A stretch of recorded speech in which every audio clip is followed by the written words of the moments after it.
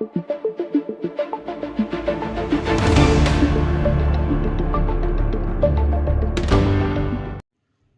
నమస్తే.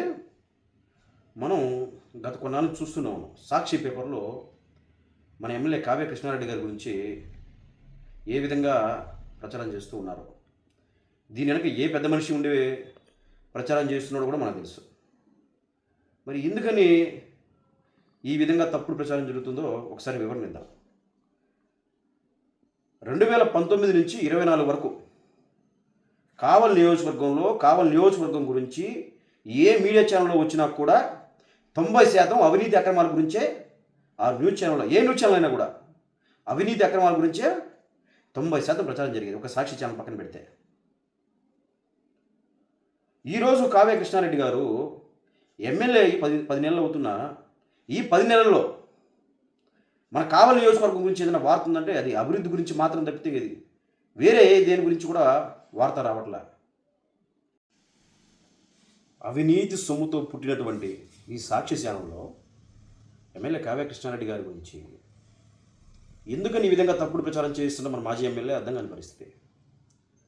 నేను ఒకటే అడుగుతున్నాను, 2022లో నవంబర్ నెలలో అదే రుద్రకోట కొండ మీదకి వెళ్ళి ఈ కొండను కాపాడండి మహాప్రభు అని చెప్పి విజువల్స్ తీసుకుని, వీడియోస్ తీసుకుని కలెక్టర్ గారికి, అలాగే కావలి ఆర్డీఓ గారికి ఎన్నో సందర్భాల్లో మేము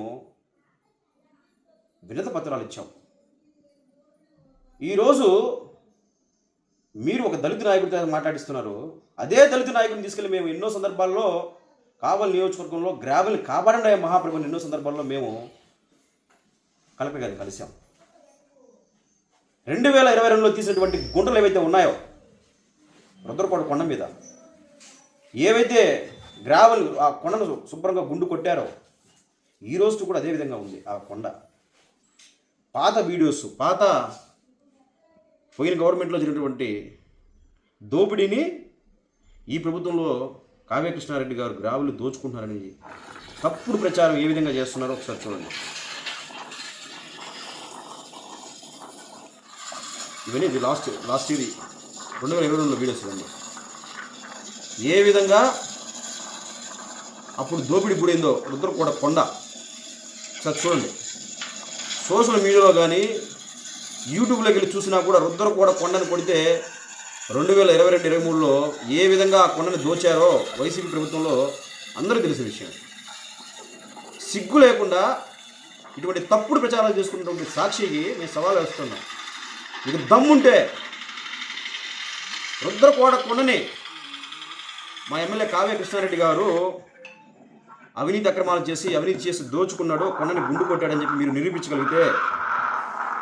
నిరూపించగలరా? కావలి బిజీ సెంటర్లో కావలి నడిబొడ్డిన అంబేద్కర్ గారి విగ్రహం దగ్గర కూర్చుందాం. రామిరెడ్డి ప్రతాప్ కుమార్ రెడ్డి హయాంలో రుద్రకోట కొండను దోచుకున్నారా? ఇప్పుడున్నటువంటి ఎమ్మెల్యే కావ్య కృష్ణారెడ్డి గారు రుద్రకోట కొండని దోచుకున్నాడా? కావలి నడిబొడ్డిన బిజీ సెంటర్లో కూర్చొని మాట్లాడుకుందాం, ఇబ్బంది ఏం లేదు. మీ అవినీతి గురించి, మీ అక్రమాల గురించి మీ పార్టీలో నాయకులు రోడ్లెక్కి ఈ విధంగా అవినీతి అక్రమాలు చేశాడు అప్పుడు ఎమ్మెల్యే అని చెప్పి మాట్లాడడం వాస్తవం కాదా? మీ మధ్య లావాదేవీలు ఏ విధంగా జరిగినాయో అవి బెడుచుకుంటున్నప్పుడు మీరు రోడ్డెక్కి ఒకరినొకరు దూషించుకోవడం వాస్తవం కాదా?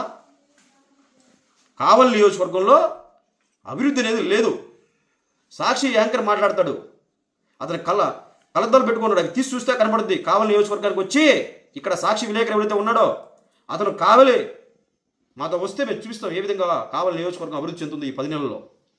రండి, తుమ్మలపేట రోడ్డు ఏ విధంగా అభివృద్ధి చేశారో చూద్దాం. మా ఎమ్మెల్యే కావ్య కృష్ణారెడ్డి గారు 5 సంవత్సరాలు ఆ తుమ్మలపేట రోడ్డు ఆ పక్క ఈ పక్క లేఅవుట్లు వేసుకున్నారు, కానీ ఏ రోజున ఆ రోడ్డు వేద్దామని ఆలోచన ఎమ్మెల్యే గురిందా? ఆ రోజు అప్పటి మాజీ ఎమ్మెల్యే గురిందా? శుభ్రంగా అక్కడ ఉన్నటువంటి ప్రభుత్వ భూములు కాలువలు ఆక్రమించుకొని మీరు లేఅవుట్లు వేసుకున్నారు, కానీ తుమ్మలపేట రోడ్డు వేసారా? ఈరోజు కావ్య కృష్ణారెడ్డి గారు రోడ్డు వేశారు. అలాగే సిరిపురం రోడ్డు, ముఖ్యంగా మన ఇంటి ముందు కూడా రోడ్డు ఎవరు వేశారు? మన ఎమ్మెల్యే కావ్య కృష్ణారెడ్డి గారే కదా. మాట్లాడితే ప్రజలు నమ్మాలి, ప్రజలు వినాలి. ఏ ఛానల్ మా వార్త రాయట్లేదని చెప్పి ఈ అవినీతి సొమ్ముతో పుట్టినటువంటి సాక్షి ఛానల్లో తప్పుడు ప్రచారాలు చేస్తున్నారు. నేను ఒకటే చెప్తున్నాను, ప్రజా సమస్యల మీద ఏ నాయకుడైనా పోరాటం చేయొచ్చు. మేము కూడా ప్రజా సమస్యల మీద పోరాటం చేయాలన్న సిద్ధాంతం వచ్చినటువంటి వాళ్ళం. కావలి నియోజకవర్గంలో ఎన్నో సందర్భాల్లో ప్రజా సమస్యల మీద పోరాటం చేసిన వాళ్ళం. నిజంగా అవినీతి అక్రమాలు జరిగితే ఖచ్చితంగా పోరాటం చేయడంలో తప్పులేదు. తప్పుడు ప్రచారాలు ఈ సాక్షి మీడియా ఏ విధంగా ప్రచురణ చేస్తుందో, ఈ పెద్ద మనిషి ఏ విధంగా చేయిస్తున్నాడో కావలి నియోజకవర్గ ప్రజలు గమనిస్తూ ఉన్నారు. బయట ప్రాంతాల్లో, బయట జిల్లాల్లో అనుకోవచ్చేమో, కానీ ఖచ్చితంగా కావలి నియోజకవర్గ ప్రజల మనసుల్ని కావ్య కృష్ణారెడ్డి గారు గెలుచుకున్నారు.